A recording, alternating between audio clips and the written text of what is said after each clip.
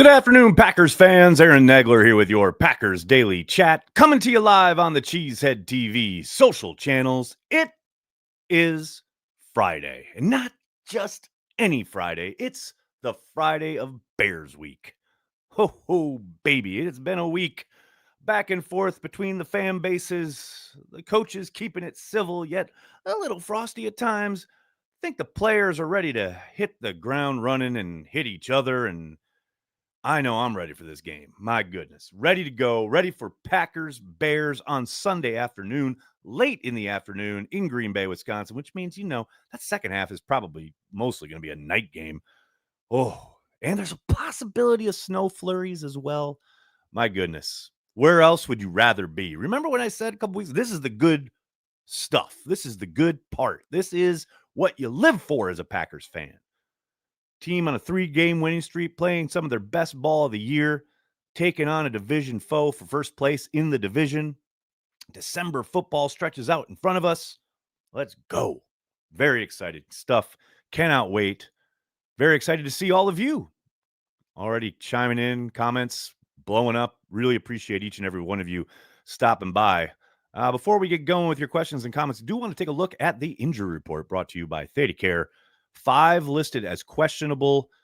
You can see there. I mean, the big one is probably Jaden Reed, listed as questionable. And right before I went live, the Green Bay Packers announced they have placed Devontae Wyatt on injured reserve, opening up a roster spot. Could that be Jaden Reed's music? Nothing official yet, but we will find out tomorrow afternoon. The deadline to essentially activate Reed would be at 4 p.m. Eastern, 3 p.m. Lambeau time. I suspect we'll probably hear a little bit before that, but that is the big one to circle, the one we're probably most excited about. Clearly, lots of other guys you hate to see. Lucas Van Ness already declared out. Savion Williams also already declared out. Neither one of them practiced at all this week. But on the good news part of the ledger, we got Quay Walker coming back. Not even an injury designation. That's good stuff. Absolutely love to see it. Hopefully, we get the return of Jaden Reed against a Bears defense that can get got, people. No doubt about it. Before we get going with your questions and comments, you guys know I do have to give a shout out to our friends over at ThedaCare. ThedaCare is your home team for bone, joint, and muscle care. From sprains to surgeries, they've got the playbook to keep you moving. So when pain tries to take you out of the game, trust the experts who know how to win with ThedaCare Orthopedic Care, proud sponsor of Cheesehead TV. All right, folks, let's get to it. What's going on? It's Friday. What's on your minds? Let's go, E4 K-Town. How you doing, man? It's great to beat the Bears on the last play of a game, but I wouldn't mind a relaxing fourth quarter. Just beat the freaking Bears. Yeah, I ain't too worried. Like I said earlier this week, don't care how it happens. Just get the W. And I understand people get caught up in style points and things like that. I do not care. Just win the game.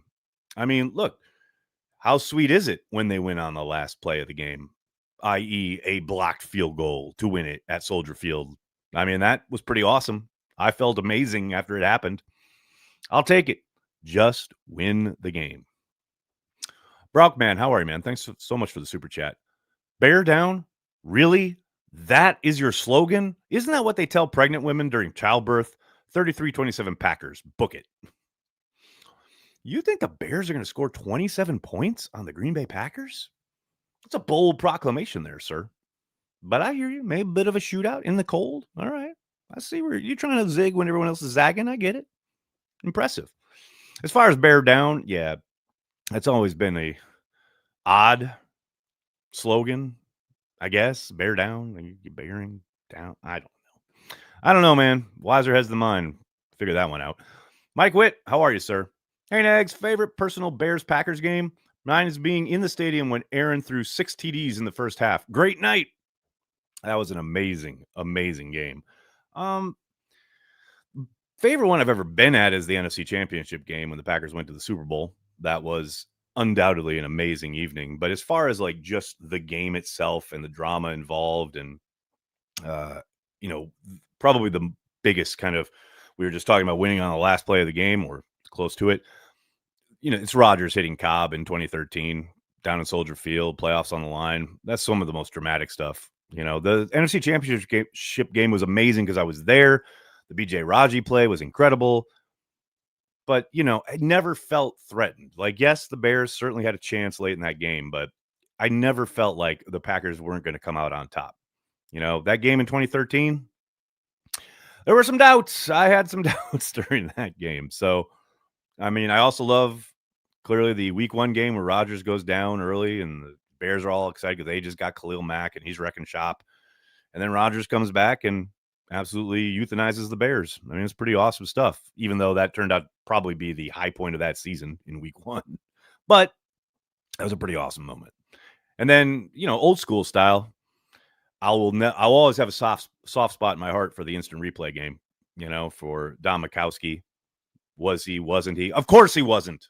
Over the line, touchdown, Packers win. Come on now. All-timer.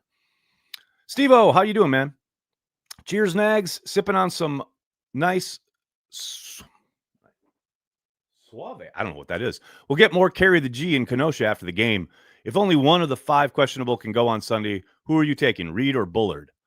Honestly, probably Bullard.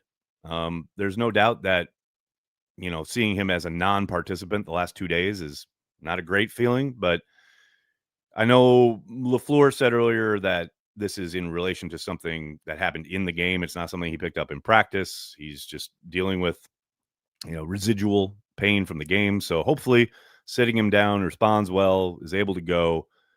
Either one, though, I'll take him. Either one of those guys on the field will be a big step in the right direction. Christopher, how are you, man? Need a big game from Cooper, both in shutting down perimeter runs and acting as a QB spy.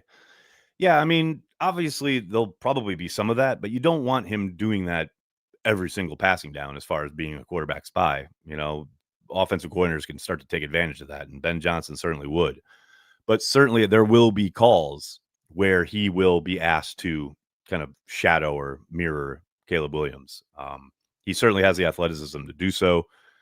But again, it's just going to have to, Hafley's going to have to pick his spots in that regard. Now, the other component, the perimeter runs, that is going to be a big test. And both of these backs can, you know, get outside and hurt you. But the way Devondre Swift has been running lately, I mean, they passed the Jahmyr Gibbs test last week, and it doesn't get much easier this week, right?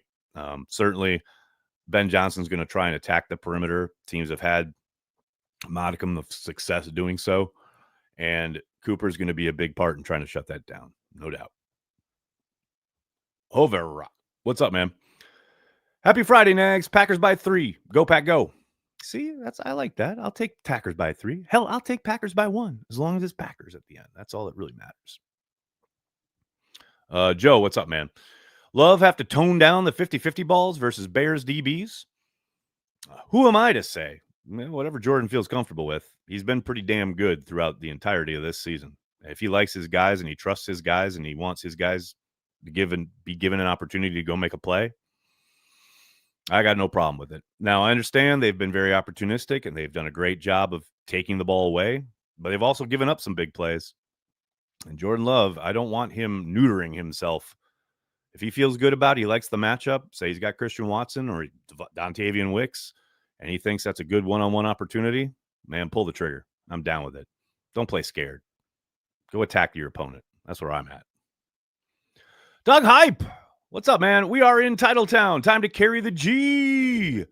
Speaking of which, ladies and gentlemen, boys and girls, if you are in the Green Bay area tomorrow night, Saturday evening prior to the Bears game, head on out to Hagermeister Park from 7 to 9. Doug will be there hosting a Carry the G meetup.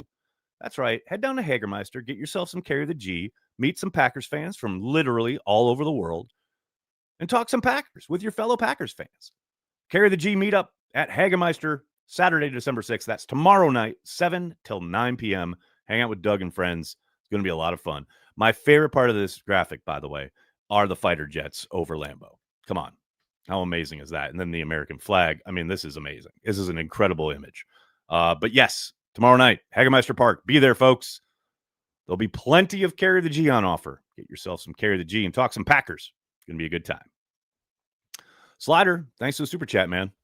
Next, my dad has been gone for years now, but he loved Bears Week and hated the Bears. Victory Mondays, he'd buy a trib and gloat. Bears still suck. Brother, I hear you. I hear you as far as being with or without family members that you have been with and watched the Packers with for a long time. Certainly had my fair share. My grandpa and I, he's the one who took me to my very first Packers game when I was 3 years old. I feel you, man. And the fact that he would buy the Tribune, that's awesome. You know, I mean, it's kind of the modern day equivalent, right? Of, I know lots of people still do this. I certainly did it when I lived in Chicago, just listening to Bears talk radio the day after a Packers win. Oh, so good.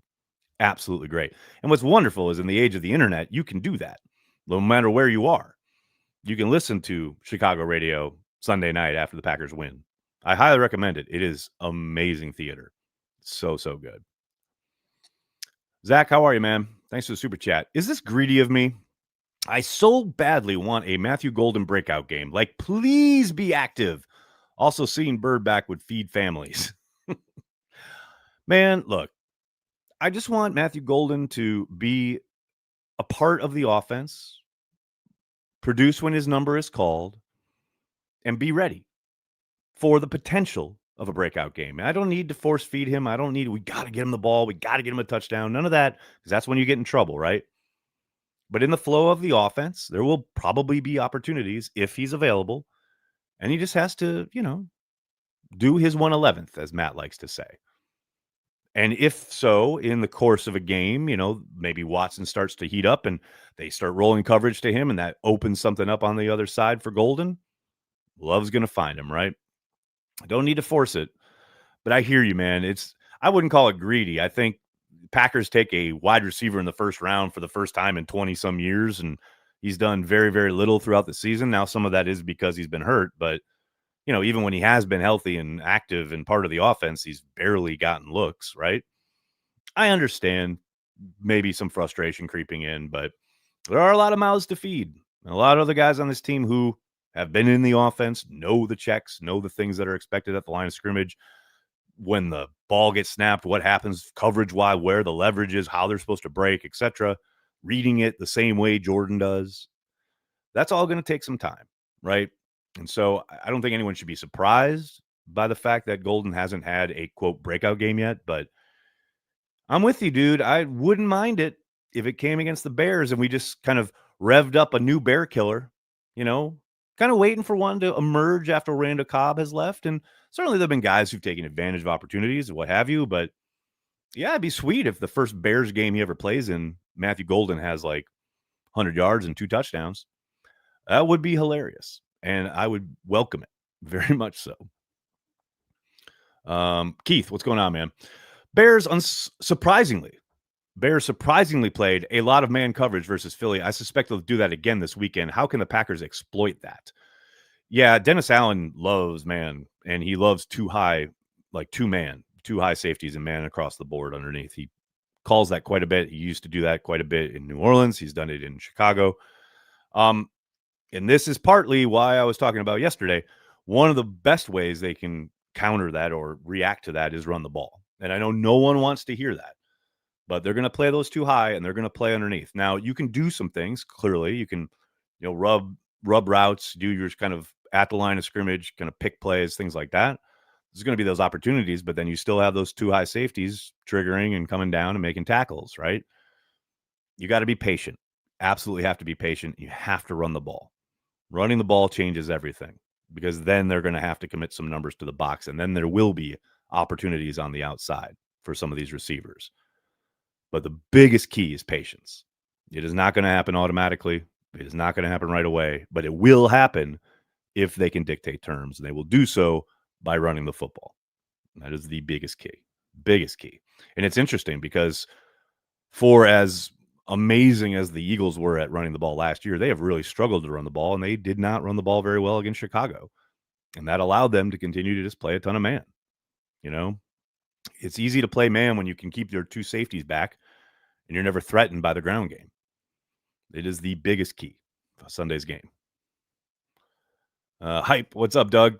Can't wait to see all your faces at Hagemeister Saturday. Carry the G beer.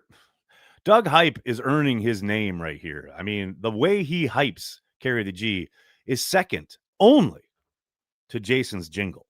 Well, we carry the G wherever we may be, so creamy and cold, and from the land of the green and gold. Carry the G beer, the official beer of Cheesehead TV. Brockman, what's going on, man? How much does the loss of Wyatt and LVN hurt our run defense? I mean, Micah can't stop the run, right? LOL. Look, it's not ideal. No question about it. Although I will say, I think the Wyatt loss is going to be more pronounced or more. There's going to be more done to mitigate that via rushing the passer than there is in the run defense. And that's not to say that Wyatt didn't play the run well. I thought he was playing the run very well on Thursday in the last couple games. But I feel pretty good about Colby Wooden, the new cat they picked up from the Giants, a behemoth of a man. Those early downs, I think they're going to be okay. But third, obvious passing situations, that's where, guys like Carl Brooks and Warren Brinson are really going to have to step up. Maybe they start putting a few more edges on the field. Maybe Bretton Cox Jr. might be up. He's listed as questionable. Maybe they get they kick inside Baron Sorrell. Man, who knows how they might go about it in those obvious passing situations. The early downs, I'm really thinking they'll be okay. Now, I'm not saying that it's going to be instant. They just fixed everything, even with Wyatt out. Far from it. But I think they're situated all right, where the early down stuff, they got the bodies. It's the obvious passing situations, especially when Micah Parsons is getting doubled and even triple teamed. Are there any guys up front who can win a one-on-one? And I include Rashawn Gary there because God knows he's been MIA. Those are the situations where Carl Brooks hopefully is back. Can he make a little hay up front on passing downs? Any one of these young interior linemen, this is your chance. This is your shot to take advantage of this opportunity, because there will be opportunities when it comes to rushing the passer in this game and for the rest of the season. Valzob, what's going on, man? Bears defense is the Packers' 2011 defense, led the league in turnovers, but beyond that, damn near dead last in every major defensive category. You know what's interesting is you're not wrong, right? They do kind of fall down these kind of rankings and lists as far as yardage, giving up points, etc. But where they are actually okay is on third down. I'm very interested to see LaFleur's approach against this team on third down, because the Packers have been so good on third down, outside of some of these third and shorts, obviously. But season long, they've been very, very good. The Packers offense has been very good on third down. That's the one area where the Bears have been okay. So that's where this is a game where, again, stay ahead of the sticks. Hopefully, let's try to avoid third down maybe. But yes, they are certainly living off turnovers. There is zero doubt about that. They have been feasting. I mean, when you're at plus 17, that's where they're at plus 17 turnover differential. That's insane.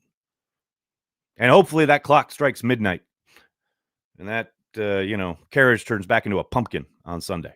That's what I'm looking for. Let's go. Krista, how are you? Thanks for the super chat. For Christ's sake, they only won one lousy Super Bowl. Sing it with me. Oh, it's such a great song. Such a great tune. I'm gonna wait until after the game. But you can bet if the Packers win, I'll be singing it all week. No doubt about it. Legless, how are you? Thanks to the super chat. My one thing we need to do this weekend is to stop the run. Bears have a great running game. Do you get worried with the injury to Wyatt? Like I just discussed, not really, not truly. I think the Packers' run defense is a whole lot more than just a big body in the middle, although that is certainly a component. That's why they signed the guy from the Giants. But I think the way they work all three levels is way more important when it comes to stopping the run.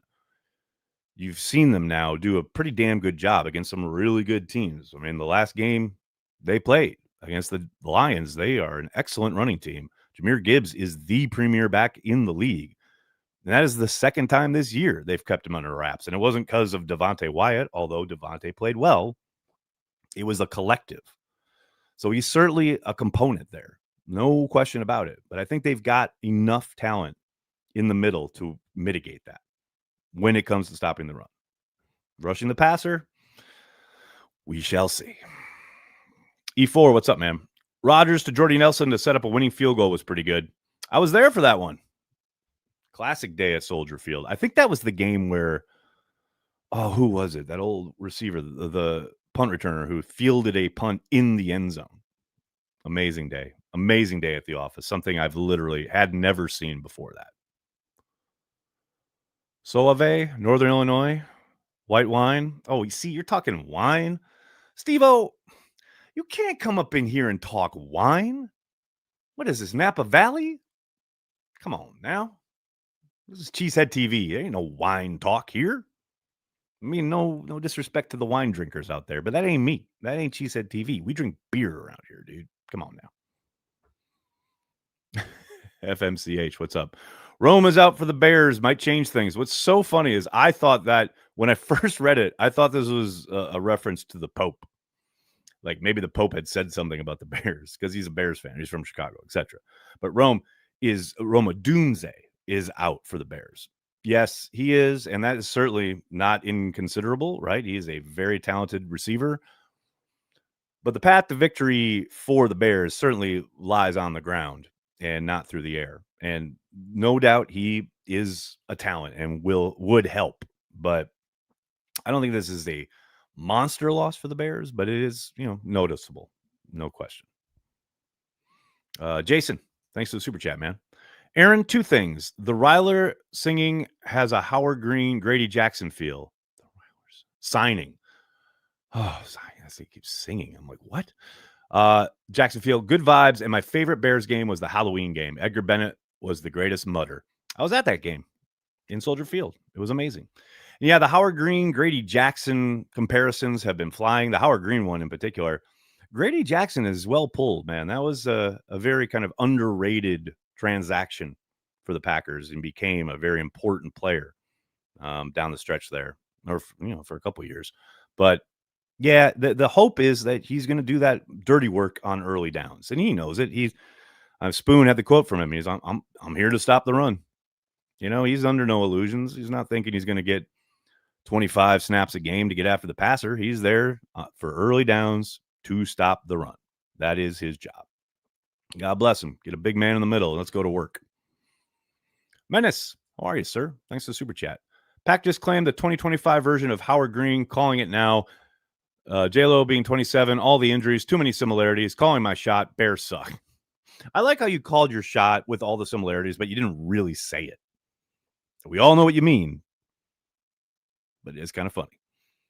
But, calling your shot and saying the Bears suck, that's understandable. I get that. Don Vito, how are you, sir? Packers signed Quinton Bohanna, defensive tackle from Seattle. There you go. I'm going to have to go read up on the young man. Rick Harris, what's up? Run the ball. Stop the run. That is all. Excellent. Excellent summation. I like where your head's at. Autumn, how are you? Thanks for the super chat. Hey, Nags, thanks for your great coverage. Question, is there any player that you think could be a sneaky key to our success? Well, are you talking about Sunday or through the rest of the year? I mean, on Sunday, I think a big, humongous component is going to be, I don't know about one player, but the offensive line for the Packers.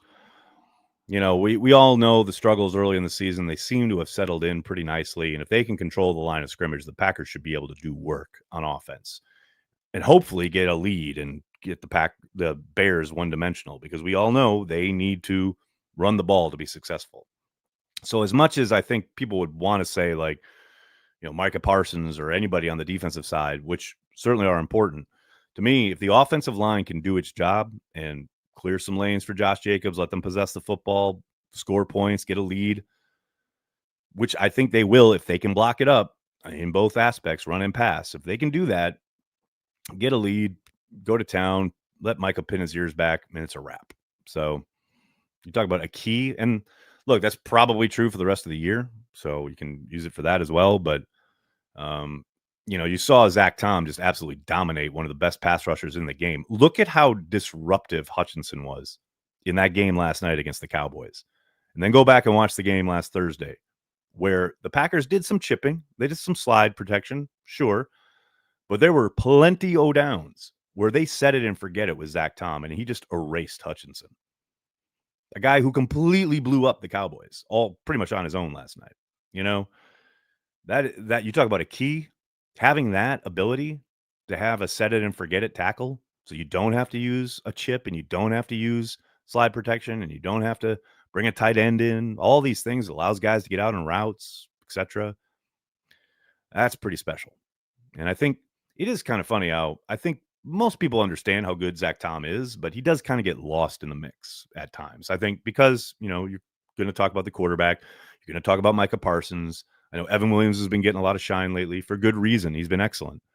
But Zach Tom, all he does is come to his job and just erase one of the best pass rushers in the game, and he barely gets mentioned. It's the lot in life of an offensive lineman. Like, I ain't complaining, but it is kind of funny. Jeff Jones, what's going on? Set it on repeat. Jordan Love is elite. Ooh, I like that. That's like, set that to a hip-hop beat. Let's go. Aware, how are you? Thanks to the super chat. Excited is an understatement. I have not had 1 but 2 hour-long phone calls with my dad talking about this game. This is it. Let's fucking go. Dude, that's awesome. Cherish those conversations. That is great. I had an amazing conversation with my dad when I was home for the Vikings game. And I think I told you guys, the first thing he said when I sat down, can we talk about it was horrendous play calling on both sides of the ball? First words out of his mouth at dinner. Cherish it, man. That's so good. Simitovich, what's up? Need one to have 5 sacks and bury Caleb. Go, Pack, go.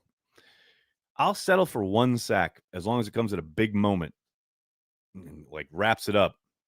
Fourth quarter. Bears are desperately trying to stage a comeback. They play Enter Sandman at Lambeau. Micah Parsons gets on the field and takes Caleb down to take him into, like, 4th and long. Let's go. That's what I want. That'd be amazing. Menace, yep. Saw this. Claimed another from Seattle 30 minutes ago. 6'4", 360. Another big old body. Love it. What's up, Abdullah? How you doing? Hey, Aaron. How do you think the run D fares rest of the season? I think it'll be really damn good. Again, as I said earlier, losing wide is a blow, but this is a collective. It is very much about all 3 levels of the defense, all 11 guys on the field. I don't doubt for a moment that teams will test them along the interior because Wyatt's not there. But I like their chances as far as rolling bodies through and kind of helping staunch that bleeding, as it were. Brandy, how are you?